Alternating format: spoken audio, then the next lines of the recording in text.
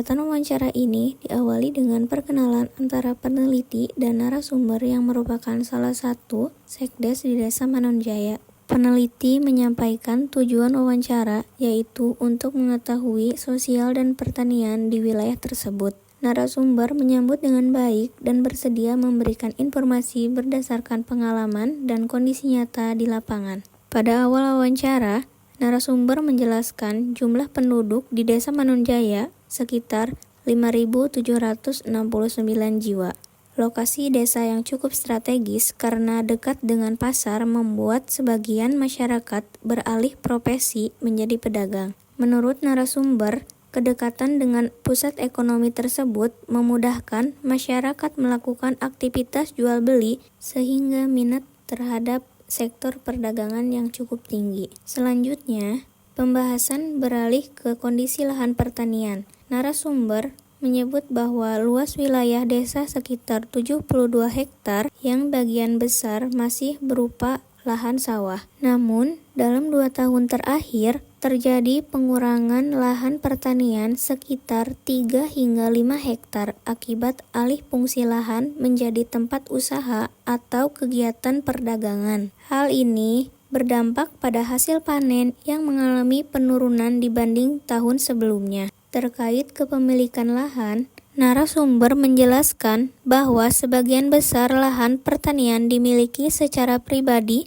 oleh warga. Komoditas utama yang diusahakan adalah padi, dengan tambahan beberapa tanaman hortikultura dalam jumlah yang terbatas. Sarana pendukung seperti lumbung, posyandu, kelompok tani, dan koperasi sebenarnya sudah ada, namun belum berjalan optimal. Beberapa organisasi seperti Karang Taruna masih aktif, sedangkan organisasi lain seperti P3A sudah tidak aktif meskipun anggotanya masih ada. Dalam hal sumber daya alam, narasumber menyampaikan bahwa potensi utama desa adalah pertanian padi. Kondisi irigasi dinilai cukup baik, meskipun belum sepenuhnya optimal. Bantuan dari Dinas Pertanian turut membantu kelancaran sistem irigasi, terutama saat musim hujan.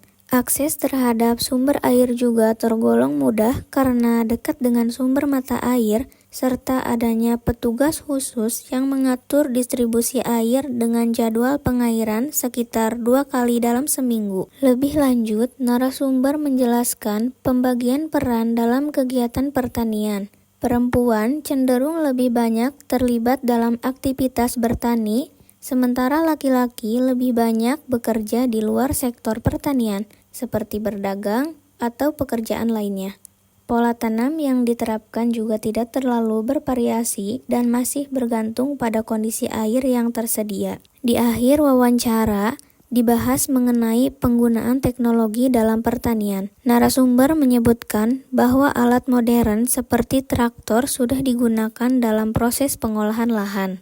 Namun, pada tahap panen masih banyak dilakukan secara manual, sehingga efisiensi kerja belum maksimal. Wawancara kemudian ditutup dengan ucapan terima kasih peneliti kepada narasumber atas waktu dan informasi yang telah diberikan.